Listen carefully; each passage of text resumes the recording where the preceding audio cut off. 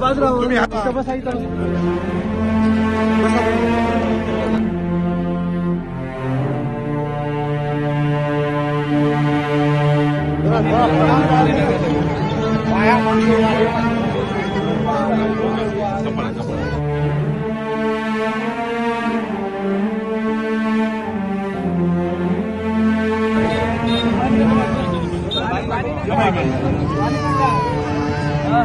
तुमच्या हाताला कुठे